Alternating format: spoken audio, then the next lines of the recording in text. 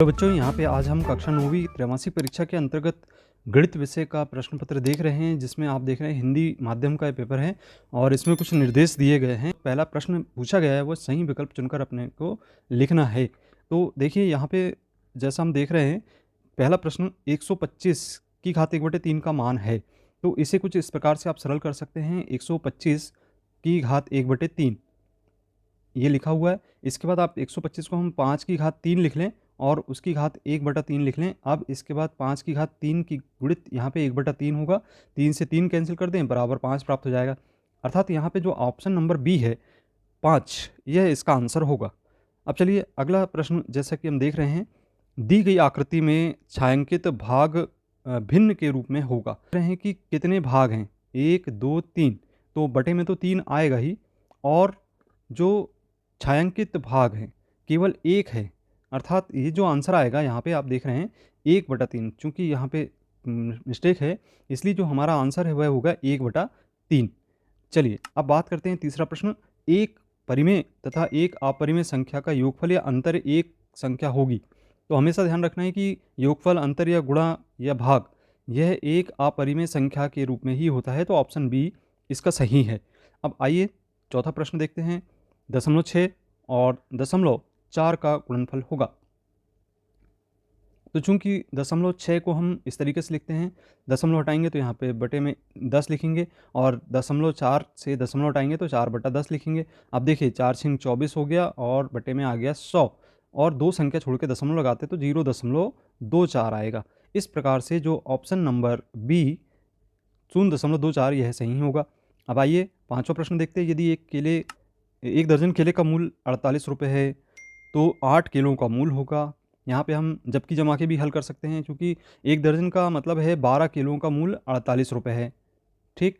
और 8 किलो का मूल्य ज्ञात करना, तो 8 × 48 बटा हम करेंगे 12, कैंसिल करेंगे 12 × 4 = 48 होगा, तो 8 × 4 = 32 आ जाएगा आंसर।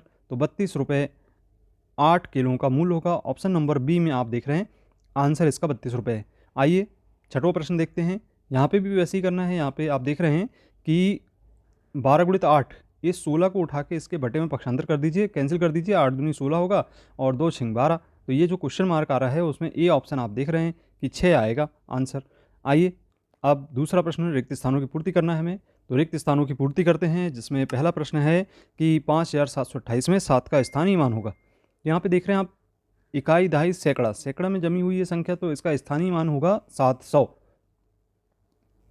अब इसके बाद दूसरा जो रिक्त स्थान है उसमें दिख रहा है कि 3/5 में से 1/5 को घटाना है, तो इसमें प्राप्त होगा। तो 3/5 लिखें और ऋण 1/5 लिख दें। हर समान है तो अंश वैसा ही आएगा, और 3 में से 1 घटाएंगे तो 2/5 आंसर आ जाएगा। तो इसका जो आंसर आएगा आपका 2/5 होगा। अब यहाँ पे तीसरा प्रश्न देख रहे हैं, 50 में 7 का भाग देने पर शेषफल कितना होगा। आइए हम भाग देते हैं 50 में 7 का, 7 बार चला जाएगा यहाँ पे भाग, तो 7 7 49, और घटाने पर यहाँ पे प्राप्त होगा 1। तो जो शेषफल प्राप्त हो रहा है वह होगा 1। अब चौथा प्रश्न, बहुपद px = 2x - 5 का शून्यक होगा। तो जैसे कि हम शून्यक ज्ञात करने के लिए जो हमें बहुपद दिया रहता है उसके बराबर शून्य लिखते हैं। अब हम पक्षांतर कर देते हैं 5 का, तो ऋण 5 होगा, और यदि 2 का पक्षांतर कर दें बटे में, तो यहाँ पे ऋण 5/2, तो ऋण 5/2 यहाँ पे आपका बहुपद का शून्यक प्राप्त हो जाता है। अब चलिए पांचवा प्रश्न देखते हैं। ऋण 3 ऋण 2 धन 3, इसको सरल करें। जैसे कि हम देख रहे हैं यहाँ पे ऋण 3 धन 3 कैंसिल हो गया, और ऋण में ऋण का गुणा होगा, यहाँ तो धन हो जाएगा और केवल 2 प्राप्त हो जाएगा। अब एक घन में खाली स्थान फर्क होते हैं, तो आप देखते हैं ये घन दिखाई दे रहा आपको, ये इस तरीके से आप क्या करते हैं घन बनाते हैं, ये घन दिखाई देने लगा। अब इसमें आप देखिए फलक की संख्या, ये 4 तो आसपास होगी, और ऊपर नीचे की जो फलक हैं इनको मिला के टोटल कितनी हो जाएगी, 6 फलक होंगी। तो ये आपके आंसर होंगे। प्रश्न क्रमांक 3 देखते हैं, सही जोड़ी मिलाइए, जिसमें आप देख रहे हैं ऋण 85 धन 1.25। अब 1.25 में से हमें 0.85 को माइनस करना है। 5 में से 5 घटाएं 0 होगा, 12 में से 8 घटाएंगे 4 बचेगा, और यहाँ पे 0.0। तो इसकी जो सही जोड़ी आप देख रहे हैं ये होगी आपकी ये चौथे नंबर की। अब आइए दूसरा देखते हैं इसके अंतर्गत। तो दूसरे में आप ऋण 216/6 लिख रहे हैं, ऋण 216/6 कैंसिल कर दें आप, तो कैंसिल करने पर आपको यहाँ पे ऋण 216 कैंसिल करिए आप, यहाँ पे 6 या 18 और 36 हो जाता है, तो 6 6 36, तो ऋण 36 आएगा। यहाँ पे 39 लिखा है, चूँकि 36 है तो इसकी जो सही जोड़ी बनेगी वो इस तरीके से बन जाएगी। और तीसरा जो प्रश्न है जिसमें ऋण 2 गुणित ऋण 3.5, तो हमको ऋण 2 में ऋण 3.5 का गुणा करना है। ऋण 2 का आप गुणा करें, ऋण में ऋण का गुणा हम धन, और 2 पंचे 10 दशमलव लगा दें, और यहाँ पे एक शेष था 2 तिया 6 और 1 7, तो 7 जहाँ आ रहा है वह उसका ऑप्शन होगा। अब आइए चौथी सही जोड़ी की बात करते हैं, जिसमें आपको ऋण 7.5 में 4.5 को जोड़ना है। तो इसको योग करते हैं, चूंकि बड़ी संख्या में ऋण का चिन्ह लगा तो आंसर भी ऋणात्मक होगा। इसका मतलब ये होगा 5 में से 5 घटाया 0 बचा, और 7 में से 4 गया 3, तो 3 कहीं ना कहीं आपको देखने को मिल रहा है, ऋण 3। तो चूंकि यहाँ पे आप देख रहे हैं चूँकि ऋण 1 लिखा हुआ है, तो यहाँ पे ऋण 3 है, इसको करेक्शन किया गया है और इसको हम सरल कर लेते हैं। अब चलिए बात करते हैं 5/4, 5 में 4 का भाग देना है। तो जैसे ही हम 5 में 4 का भाग देते हैं तो क्या होगा, 4 का भाग दिए एक बार गया, फिर यहाँ पे आपका एक शेष बचा है, दशमलव लगाए, 0 बढ़ गया, 4 दूनी 8 हो गया, ठीक यहाँ पे, और फिर आपने 2 लिख दिए, 0 लिख दिए, 4 पंचे 20, इस तरीके से यहाँ पे 20 लिख के शेषफल 0 बच जाएगा। ऑप्शन आएगा वह तीसरा होगा, 5/4 बराबर 1.25। आइए अब बात करते हैं छठवें नंबर की सही जोड़ी 2.4/1 0। अब जो शेष बची वही सही जोड़ी होगी, तो इसका मतलब ये दूसरे नंबर की सही जोड़ी इसकी सही होगी। तो देखिए ये कैसे सरल होगा, तो इसको हम लिखते हैं 2.4/10, और यहाँ पे हमने दशमलव हटाया तो 1 0 और बढ़ गया, और 2 संख्या छोड़ के दशमलव लगाना है। इसका मतलब ये हुआ कि 0.24, 2 संख्याएँ हो गई, उसके आगे दशमलव लगा दिए, तो ये जो आपकी ऑप्शन इसका दूसरा नंबर का है वह सही होगा। आइए अब बात करते हैं जिसमें चौथा प्रश्न दिया गया है, एक वाक्य अथवा शब्द में उत्तर लिखना है। तो पहला प्रश्न है 4 1 की एक्स अक्ष से दूरी होगी। अब देखें तो किस प्रकार से होगी, इसमें आपको ये हमारा ये निर्देशांक किस तरीके से बनाया जाता है। अब इसमें यहाँ पे मूल बिंदु 0, यहाँ पे आप एक एक दूरी देख लेते हैं, और इसी तरीके से एक एक दूरी देख लेते हैं, और यहाँ पे आपको दिखाई दे रहा है 1 2 3 4, 1 2 3 4, ये निर्देशांक हो गया। 4 1 की एक्स अक्ष से दूरी की बात कर रहे हैं, ये देखिए ये आएगा आपका बिंदु 4 1, और यहाँ से हमको एक्स अक्ष, ये हमारी एक्स अक्ष है, ठीक, 4 1 की एक्स अक्ष से दूरी दूरी यहाँ पे 1 के बराबर प्राप्त हो रही, तो इसका जो आंसर होगा वह होगा 1। अब आपको ये समझ में आना चाहिए कि एक्स अक्ष से दूरी y के निर्देशांक होते हैं, और y अक्ष से दूरी को हम x के निर्देशांक कहते हैं। चलिए अब बात करते हैं दूसरे प्रश्न की, जिसमें 250 मीटर कपड़े के थान में से 140 मीटर कपड़ा काट लिया जाए, बताइए शेष कितना मीटर कपड़ा बचेगा। तो यहाँ पे हमें सरल करना होगा, 250 मीटर का आपके पास कुल कपड़ा है, और इसमें से 140 मीटर का कपड़ा आपने काट लिए, शेष कितना बचा, तो घटाना पड़ेगा आपको। यहाँ पे बचा आपका 5 में से 4 गए 1, 2 में से 1 गया 1, 110 मीटर यहाँ पे आपके पास शेष कपड़ा बचेगा। तीसरा प्रश्न है बिंदु 2 ऋण 1 किस चतुर्थांश में स्थित होगा। फिर से हम निर्देशांक की बात करते हैं, तो ये आपका निर्देशांक होगा इस तरीके से, और जैसा कि हम जानते हैं कि ये आपका प्रथम द्वितीय तृतीय और ये चतुर्थांश है, जिसमें आप देखते हैं कि यहाँ पे धन धन का चिन्ह आता है, इसमें आता है ऋण धन, और इसके निर्देशांक का चिन्ह आता है ऋण ऋण, और इसके निर्देशांक का चिन्ह आता है धन ऋण। अब बात कर रहे हैं यहाँ पे 2 ऋण 1, तो आप यहाँ पे जैसा देख रहे हैं 2 ऋण 1, तो किससे मिलता है, आपको चौथे चतुर्थांश की बात हो रही है, तो ये चतुर्थांश में स्थित होगा। यहाँ पे धन ऋण चिन्ह आ रहे हैं, धन ऋण, जिसके कारण यहाँ पे आ गया चतुर्थांश इसका आंसर। चलिए बात करते हैं, तीसरा प्रश्न हो गया चौथे प्रश्न की, जिसमें लड्डू का आकार किस ठोस आकृति के समान होता है। तो बच्चों जैसा कि हम जानते हैं लड्डू देखे आपने, और ये पूरी तरह से आप देख रहे हैं कि ये पूरा गोलाकार होता है, तो इसका मतलब ये क्या होगा, इसका आंसर गोले की आकृति के समान होगा, तो इसका आंसर लिखेंगे हम गोला की आकृति के समान होगा। अब 6 करनी 5 को 2 करनी 5 से गुणा करके मान ज्ञात करना है, तो 6 करनी 5 में 2 करनी 5 का गुणा आपको करना है। यहाँ पे आप 6 करनी 5 में 2 करनी 5 का गुणा करेंगे, तो 6 का 2 में सीधा सीधा गुणा होगा, 6 दूनी 12। अब आप करनी का आपस में गुणा करते हैं, 2 की जोड़ी बन रही है यहाँ पे, तो 5 वर्गमूल निकाला जा सकता है, यहाँ पे एक बार लिख देंगे बाहर निकाल के, तो 12 गुणित 5 हो जाएगा, और यहाँ पे होगा 12 पंचे 60, तो इसका हम आंसर लिखेंगे 60। अब आइए बात करते हैं 0 व 1 के बीच एक परिमेय संख्या लिखना है।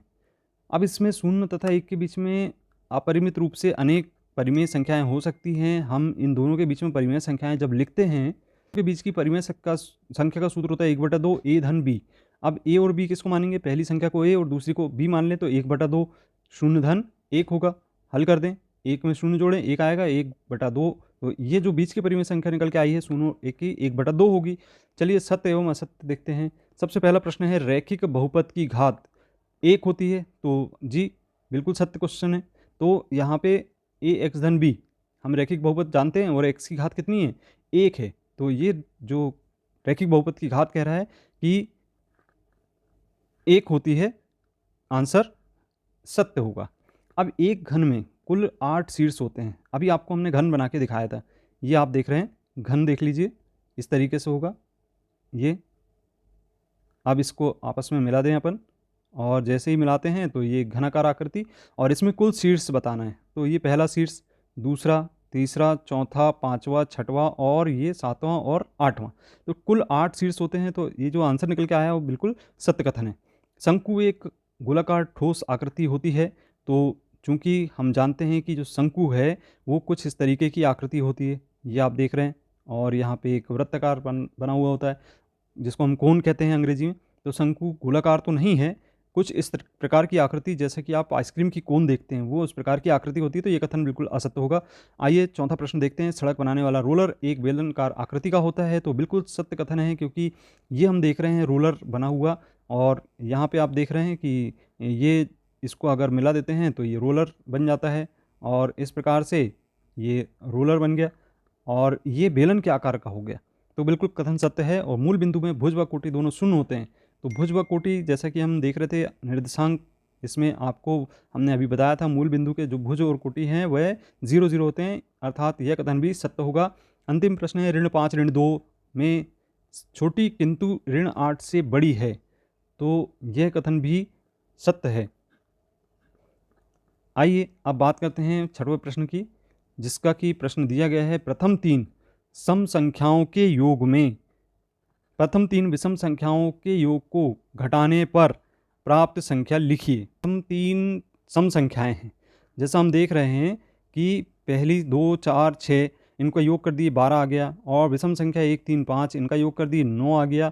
तो घटाने पर हमें कुल आंसर में 3 प्राप्त हो जाता है। इस तरीके से पहले प्रश्न का हल करना है। बच्चों यहाँ पे दूसरा जो प्रश्न देख रहे हैं आप, यहाँ संख्याओं ऋण 6 ऋण 7 8 ऋण 9 12 और ऋण 10 का योग क्या होगा। हम दूसरा प्रश्न देख रहे हैं इसके अथवा में कि हमें ज्ञात है जो संख्याएं हैं वह ज्ञात हैं 6 ऋण 7 8 ऋण 9 12 और ऋण 10, इनका योग करना हमें। चलिए योग करते हैं। तो यहाँ देख रहे हैं आप, इनका योग करते हैं तो इसमें आपको जो योग करने पर जैसे कि हम देख रहे हैं 0 के बराबर प्राप्त हो जाता है। तो इसका आंसर आएगा 0। अगला प्रश्न स्क्रीन पे आप देख रहे हैं, प्रश्न क्रमांक 7, संख्या 532 में क्या घटाएं कि 452 प्राप्त हो जाए। तो चलिए 532 में से क्या घटाएं, मान लेते हैं कि इसमें से हम x घटाते हैं। तो इस प्रकार से ये जो हल देख रहे हैं यहाँ पे हमें दिखाई दे रहा है, यहाँ हमने x घटाया तो 452 प्राप्त हो गया। अब हम 532 की तरफ 452 का पक्षांतर कर लेते हैं, तो हमें शेष यहाँ पे 80 प्राप्त हो जाता है। इसका अथवा में ज्ञात है किसी संख्या में 126 जोड़ने पर 676 प्राप्त होता है, तो वह संख्या ज्ञात कीजिए। तो यहाँ पे हम मान लेते हैं कि वह संख्या हमारी x है। अब हम इसमें 126 जोड़ देते हैं, 676 ज्ञात हो जाता है। 126 का पक्षांतर करते हैं, सरल करने पर हमें 550 प्राप्त हो जाता है। 8वां प्रश्न देख रहे हैं स्क्रीन पे, संख्या 1234 को प्रसारित रूप में लिखिए। तो यहाँ पे हम प्रसारित रूप लिखते हैं इसका 1234 का। देखिए आप इस तरीके से लिखना है आपको। सबसे पहले आपको यहाँ पे इकाई दहाई सैकड़ा हज़ार, तो 4 लिख दिए। यहाँ पे 3 का स्थानीय मान 30 है, 2 का 200 है और 1 का 1000। इस तरीके से ये हमने इसका प्रसार करके लिख दिए हैं। अब इसके अथवा में प्रश्न दिया गया है कि 7528 में संख्या 5 का स्थानीय मान क्या होगा। तो जैसा कि हम देख रहे हैं यहाँ पे 5 इकाई दहाई सैकड़ा, तो सैकड़े के रूप में है, और यहाँ पे हम इसको 500 लिख सकते हैं। इस प्रकार से इसका स्थानीय मान 500 होगा। प्रश्न क्रमांक 9, जैसा कि हम देख रहे हैं स्क्रीन पे, 72 कंचों को 6 विद्यार्थियों में बराबर बराबर बांटने पर एक विद्यार्थी को कितने कंचे प्राप्त होंगे। तो यहाँ पे हम देख लेते हैं, जैसे ही हमने 72 कंचे लिए हैं और यहाँ हम 72 कंचे लेते हैं, इसके बाद 72 कंचों को देख रहे हैं ये 6 विद्यार्थियों में बांट रहे हैं, अर्थात 6 का भाग देना होगा। 6 का भाग दिया आपने, एक बार पहाड़ा पड़े 6 आ गया, फिर इसके बाद एक शेष बचा, 2 को नीचे लिख दिए, फिर 6 दूनी 12, 12 बार भाग चला गया, 2 बार भाग चला गया। इस प्रकार से यहाँ पे 12 में से 12 घटाने पर 0 प्राप्त हो जाता है और शेषफल तो 0 होगा और कुल प्रत्येक विद्यार्थी को 12 कंचे प्राप्त हो जाएंगे।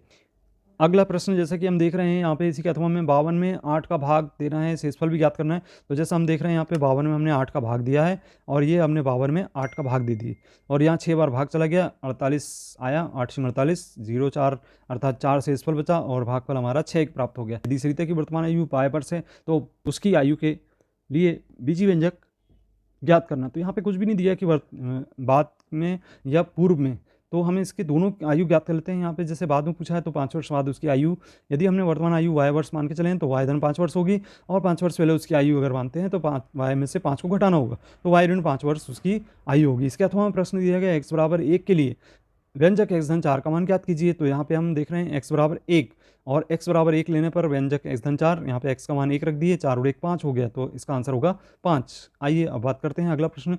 जैसे कि हम देख रहे हैं स्क्रीन पे 11वां, यदि हिना आमिर से 2 गुनी ऊंची तो हिना और आमिर की ऊंचाई ज्ञात, की ऊंचाई का अनुपात क्या होगा। तो यहाँ पे हम ऊंचाई का अनुपात देख लेते हैं। मान लो कि हिना की जो ऊंचाई है x, आमिर की ऊंचाई x है और जो हिना है उसकी ऊंचाई 2x है। तो यहाँ पे हम हिना और आमिर की ऊंचाई देखें तो 2x बटा x लिखेंगे, 2/1 अर्थात उसका जो अनुपात है वह 2:1 होगा। आइए प्रश्न का इसे अथवा देखते हैं जिसमें हमें लिखा हुआ है कि 100 को 7:3 में बांटिए। तो चलिए बांटते हैं हम इसको 100 को 7:3 में। तो हम जैसे देख रहे हैं यहाँ पे 7x धन 3x लिख लिए बराबर 100 हो गया। अब इसके बाद जब हमने लिख लिए इसको हम इस प्रकार से लिख दें, योग करके 7 3 10x बराबर 100। अब x बराबर 100/10 और 10 बार भाग चला गया। अब हम 7x यानी 7 गुणित 10 करते हैं बराबर 70 प्राप्त हो जाता है। 3x यानी 3 गुणित 10 करते हैं 30 प्राप्त हो जाता है। इस प्रकार से ये हमने 100 को 7:3 के रूप में बांट दिए, 70 और 30 आएगा।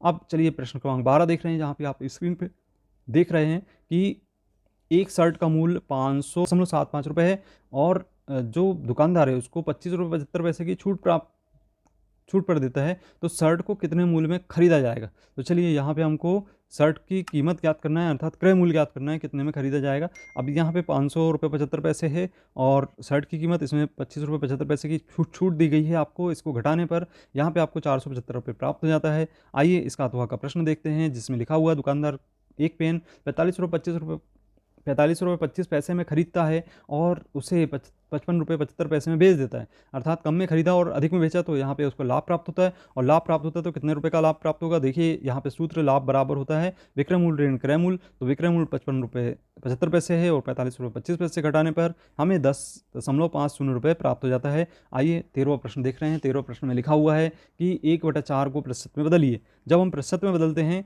बच्चों तो यहाँ पे हमको 100 का गुणा करना होता है। 100 का गुणा करें 4 से 100 25 बार कैंसिल हो गया, अर्थात यहाँ पे 25% हमें प्राप्त हो जाता है। इसके अथवा में लिखा है 40% को भिन्न में बदलिए। तो 40% को हम 1/100 के रूप में लिखते हैं जैसा कि हमने लिखा है और फिर यहाँ पे 0 से 0 कैंसिल कर दें और 4 को 2 को पहाड़ा पढ़ें, 2 दूनी 4 और 2 पंचे 10, 2/5 इसका आंसर प्राप्त हो जाएगा। अब आइए प्रश्न क्रमांक 14 देख रहे हैं। रमेश ने बैंक से 18,500 रुपये उधार लिए, 2 वर्ष बाद 1,360 रुपये ब्याज जोड़कर बैंक को पूरा कर चुकता कर दिया, तो रमेश ने बैंक को कुल कितना रुपये अदा किया। तो यहाँ पे हम देख रहे हैं कि रमेश ने उधार लिया बैंक से 18,500, 2 वर्ष बाद उसका ब्याज जोड़ दिया उसने 1,360। बैंक ने को जो धन वापस किया अर्थात मिश्र धन के रूप में उसने 19,800 रुपये वापस किया। अगला प्रश्न देख रहे हैं बच्चों, एक दुकान में शर्ट की कीमत 400 रुपये और पैंट की कीमत 650 रुपये है, तो बताइए पैंट और शर्ट की कुल कितनी कीमत होगी। तो हमने जैसा कि यहाँ देखा है कि शर्ट की कीमत 400 और 650 पैंट की कीमत, दोनों का योग कर दें और योग करने पर हमें प्राप्त हो जाता है 1,050 रुपये, तो दोनों की कीमत होगी 1,050 रुपये। अब 15वां प्रश्न हल करना है। ऋण 3/5 धन 4/5 ऋण 2/5, इसको हल करेंगे बच्चों तो एक साथ लिख लें। और इसके बाद यहाँ पे चूंकि सबके हर में 5 है तो ये हर में 5 आ गया और अंश वैसा ही लिखा जाता है हर समान होने पर। ऋण 3 में ऋण 2 जोड़ें तो यहाँ पे ऋण 5 और ऋण धन 4 करें तो ऋण 1 प्राप्त हो जाता है, तो ऋण 1/5 इसका आंसर प्राप्त हो जाता है। आइए इसका अथवा में देखते हैं 3/4, 2/3, 4/5, 1/2 को अवरोही क्रम में लिखना है। तो यहाँ पे हम लिखेंगे 4/5, 2/3, 3/4 और 1/2। अब आप बात करते हैं प्रश्न क्रमांक 16 की, तो जिसमें आपको संख्या रेखा की बात हो रही है। यहाँ पे ऋण 4 व 8 को संख्या रेखा पर प्रदर्शित करना है। तो हम यहाँ पे संख्या रेखा बना लें। एक संख्या रेखा कुछ इस तरीके से बनती है। तो 8 ये प्रदर्शित हो रहा है, ऋण 4 इस प्रकार से प्रदर्शित होगा। अब अगला प्रश्न है इसके अथवा में 2, 0, 8, ऋण 6 को आरोही क्रम में लिखिए, यानी बढ़ते क्रम में लिखना है। सबसे छोटी संख्या आपको पहले लिखाई देगी। सबसे छोटी संख्या को पहले लिख लें तो ऋण 6, फिर उसके बाद 0, फिर 2, फिर 8, ये बढ़ते क्रम में आपने लिख दिया। इसके बीच में आप कोमा लगाते जाएं, या अगर कोमा नहीं लगाना है तो इसके बीच में आप इस तरीके से चिन्ह भी लगा सकते हैं बढ़ते क्रम में। ये इस तरीके से आप बढ़ते क्रम को लिख सकते हैं। अब आइए बात करते हैं अगला प्रश्न। 17वां प्रश्न है, जिसमें आपके आसपास ऐसी 4 चतुर्भुजाकार वस्तुओं की बात करनी है जिसको कि आपको उदाहरण लिखना है। तो ये लिखिए, खिड़की, टेबल, दरवाज़ा, ग्रीन बोर्ड, इस प्रकार की वस्तुएं हो सकती हैं। और आप कंपास भी लिख सकते हैं। इसके बाद आपको अथवा में कोई 4 वृत्ताकार वस्तुओं के उदाहरण देना है। तो यहाँ आप देख रहे हैं 4 वृत्ताकार वस्तुएं कौन कौन सी हो सकती हैं। रोटी, घड़ी, पंखे का जो जिसमें ब्लेड लगी रहती है वो, और पुड़ी, ये सभी वृत्ताकार वस्तुएं होंगी। प्रश्न क्रमांक 18 में चांदी की सहायता से आपको 45 अंश के कोण की रचना करना है। तो इस प्रकार से आप चांदा रख के BC किरण खींचेंगे और इसके ऊपर यहाँ पे चांदा रखेंगे और यहाँ देखेंगे कि 45 अंश का कोण बन रहा है। अब इसके बाद 5 सेंटीमीटर का रेखाखंड खींचिए। तो इस तरीके से बच्चों आप इस प्रश्न को सरल कर सकते हैं। सबसे पहले आपको ये रेखाखंड खींचना है AB 5 सेंटीमीटर का, और यहाँ पे प्रकार फैलाकर, आधे से अधिक प्रकार फैलाकर एक चाप यहाँ काटना है। फिर B पर बिंदु प्रकार रख के एक चाप यहाँ काटना, और दोनों का आपस में क्या करना है, मिला देना है। इस प्रकार से आप रेखाखंड के अर्धक खींच लेते हैं या समद्विभाजक खींच लेते हैं। अब प्रश्न क्रमांक 19, 4 कलम की कीमत 20 रुपये, तो 15 कलम की कीमत क्या होगी। यहाँ पे आप जबकि जमा सकते हैं, जबकि 4 कलम का मूल्य 20 रुपये और 15 कलम का 15 गुणित 20/4 कर दो आप, 4 पंचे 20, 15 अपना 75 रुपये प्राप्त होगा। इस प्रकार से इसका अथवा प्रश्न देख रहे हैं, 546 को 48 में गुणा करना है, मान ज्ञात करना है। तो इस प्रकार से आप देख लें कि 546 में सबसे पहले 8 का गुणा करें, फिर उसके बाद 4 का गुणा कर लें और हल कर दें, इसको योग कर दें, तो हमें 26,208 प्राप्त हो जाता है। आइए अब बात करते हैं प्रश्न क्रमांक 20, जिसमें शोभा के पास 30 बटने हैं कुल, और उसने अपने जो मित्र हैं उनको बटने बांट दिया है, 1/5 भाग करीम को और 1/3 भाग जावेद को। अब देखिए यहाँ पे 30 गुणित 1/5 करेंगे तो 6 बटन करीम को हिस्से में जाएगी, और जावेद के पास 1/3 अर्थात 30 गुणित 1/3 अर्थात 10 बटें जावेद को जाएगी। अब शोभा के पास जो कुल शेष बटने बचेंगी, घटा देंगे हम, 10 और 6 16, तो 36, 30 में से 16 घटाने पर 14 प्राप्त हो जाता है। तो शोभा के पास कुल 14 बटन प्राप्त हो जाती है। अब आइए बात करते हैं प्रश्न क्रमांक इसी के अथवा की, कि इसकी ऋतु ने एक सेब का 3/5 भाग खाया और शेष भाग उसके भाई सोमू को खाने को दे दिया। और कितना जो भाग सोमू ने खाया उसका हिस्सा ज़्यादा था कि कम था, ये आपको बताना है। तो चलिए इसको सरल करते हैं। यहाँ पे आपने देखा कि ऋतु ने 3/5 भाग सेब का था और शेष भाग सोमू ने खाया, तो 1 में से 3/5 रीता ने खाया है। तो इसको हम घटाते हैं, 5 लघुत्तम लेते हुए 5 ऋण 3 अर्थात 2/5 प्राप्त होता है। तो सोमू के द्वारा खाया गया भाग 2/5 है, और चूंकि रीता ने अधिक खाया है तो इसका आंसर होगा, किसका हिस्सा ज़्यादा था, तो रीता का। यहाँ पे किसका हिस्सा अधिक होगा, तो आपको लिखना है रीता का हिस्सा अधिक होगा। चलिए अब बात करते हैं प्रश्न क्रमांक 21 की, जिसमें देख रहे हैं एक आयताकार खेत जिसकी लंबाई 150 मीटर और चौड़ाई 90 मीटर है, उसमें 30 वर्ग मीटर की कितनी क्यारी बनी सकती है। तो बहुत ही सरल प्रश्न बच्चों, यहाँ पे एक आयताकार खेत की बात हो रही है, जिसमें हम देख रहे हैं कि आयत की लंबाई ज्ञात है और चौड़ाई ज्ञात है। अब चलिए बात करते हैं इसके क्षेत्रफल की। तो लंबाई गुणित चौड़ाई होता है, इसको सरल कर लेंगे आप। और इसके बाद जब क्यारी लगाने की बात आएगी तो कुल क्षेत्रफल में 30 क्यारी लगाना है, तो 30 का भाग दे दें, तो 150 गुणित 30 यानी 450 क्यारियाँ लगाई जा सकती हैं। इसका अथवा में प्रश्न है, सोनू के पापा ने एक आयताकार खेत के चारों ओर 250 मीटर तार की बाड़ लगाई है, और यदि खेत की लंबाई 80 मीटर तो खेत की चौड़ाई ज्ञात कीजिए। बहुत ही सरल प्रश्न बच्चों, ये भी इसी प्रकार से आपको हल करना है। तो देख रहे हैं हम यहाँ पे सोनू के पापा ने यहाँ पे आयताकार क्षेत्र लिया है और उसके चारों ओर 250 मीटर तार की बाड़ लगाई हुई है। अब इसमें आप देख रहे हैं कि जो खेत की लंबाई 80 मीटर ज्ञात है, परिमाप बराबर 2 गुणित लंबाई धन चौड़ाई होता है आयत का, और यहाँ पे परिमाप का मान 240 है, 80 चौड़ा लंबाई दी गई है, चौड़ाई ज्ञात हो जाएगी। इस सूत्र में मान रख के इसका पक्षांतर कर दें इसके बटे में और सरल कर दें, 120 आएगा और 80 को घटा दें, तो जो मान प्राप्त होगा वह होगा चौड़ाई 40 मीटर के बराबर। आप बात करें प्रश्न क्रमांक 22 की, जिसमें हम देख रहे हैं यदि x ऋण 1 जो गुणनखंड दिया, एक बहुपद दिया गया उसका एक गुणनखंड है, तो k का मान ज्ञात कीजिए। तो ये इस प्रकार से x ऋण 1 बराबर यदि हम लिख लें 1, पक्षांतर कर दें तो x का मान 1 प्राप्त होगा। यहाँ पे हमें जो बहुपद दिया इसमें x के स्थान पे 1 रख दें और सरल कर दें, तो 4 धन 3 ऋण 4 धन के, तो 4 से 4 कैंसिल हो जाएगा, 3 का पक्षांतर कर देंगे तो यहाँ पे k का मान ऋण 3 प्राप्त हो जाता है। अब अथवा में घनाभ जिसका आयतन नीचे दिए गए विमाओं के लिए संभव व्यंजक क्या है। तो यहाँ पे हम आयतन देख लें। घनाभ का आयतन आपका 3x² ऋण 12x है। 3x यहाँ से कॉमन ले सकते हैं और x ऋण 4 हमें प्राप्त हो जाता है। तो लंबाई गुणित चौड़ाई गुणित ऊंचाई, तो इसकी विमाएँ क्या होंगी, भुजाओं की लंबाइयाँ। तो लंबाई 3 होगी, चौड़ाई है वह x इकाई होगी और जो ऊंचाई है वह उसकी x ऋण 4 इकाई होगी। इस प्रकार से हम इसकी विमाएँ लिख सकते हैं। चलिए बात करते हैं प्रश्न क्रमांक 23 की, जिसमें आप देख रहे हैं कि दिखाइए कि 0.3 की बार को p बटे q के रूप में व्यक्त किया जा सकता है, जहां p और q पूर्णांक हैं, q का मान 0 के बराबर नहीं। बच्चों यहाँ मान लेते हैं कि x बराबर p बटा q है। अब ये जो मान दिए गए 0.3 का बार, इसको हम मान लेते हैं x बराबर 0.333। समीकरण नंबर 1 दे दें, फिर इसमें 10 का गुणा कर दें। 10 का गुणा करने पर यहाँ पे 3.333 प्राप्त हो जाता है। और यहाँ पे 2 में से 1 को आप घटा देते हैं। जैसे ही घटाते हैं तो 10x में से 1x घटा दें तो 9x प्राप्त होगा। और यहाँ 3.33 में से 0.33 में से घटा दें तो इसको सरल करने पर हमें केवल 3 प्राप्त हो जाता है। और यहाँ पे x बराबर 3/9 अर्थात x का मान 1/3, जो कि 1/3 p बटे q के बराबर है। इस प्रकार से हम इसको p बटे q के रूप में व्यक्त कर सकते हैं। इसके अथवा में देख रहे हैं आप यहाँ पे 5 ऋण करनी 3 को सरल करना है, तो इसका हर का परिमेयकरण कर दें बच्चों। तो इस तरीके से आप हर का परिमेयकरण कर सकते हैं। और यहाँ पे आप इसका आपस में गुणा करेंगे, अंश का अंश में, हर का हर में। तो ये हमने करनी 5 का करनी 5 करनी 3 में गुणा कर दिया आपस में। फिर ऋण करनी 3 का यहाँ पे आप गुणा कर दें और लिख दें चिन्ह सहित। देख रहे हैं हम यहाँ पे करनी 5 को हम करनी 25 के रूप में लिख रहे हैं, क्योंकि 25 होगा, 5×3 = 15 होगा। और यहाँ पे भी 5×3 = 15 और करनी 9। ये धन और ऋण वाली करनी आपस में कैंसिल हो गई। अब कैंसिल हो गई हैं तो यहाँ पे आप देख रहे हैं कि जो 25 है उसका वर्गमूल 5 होता है और 9 का वर्गमूल 3 होता है। तो यहाँ पे हम 5 ऋण 3 कर देते हैं बच्चों। 5 में से 3 घटाते हैं 2 प्राप्त हो जाता है। इस प्रकार से 5 गुणित करनी 5 धन करनी 3 बटा 2, इसका परिमेयकरण करने पर हल प्राप्त हो जाता है। तो ये बच्चों, ये इस प्रकार था ये आपका इस प्रश्न पत्र का पूरा सरलीकरण, जिसमें आप देख रहे हैं कि बहुत ही आसान क्वेश्चन हैं। यदि आपको इस प्रकार के कंटेंट पसंद आते हैं तो चैनल को जरूर सब्सक्राइब करें और वीडियो को शेयर करें। मिलते हैं अगले वीडियो में। धन्यवाद।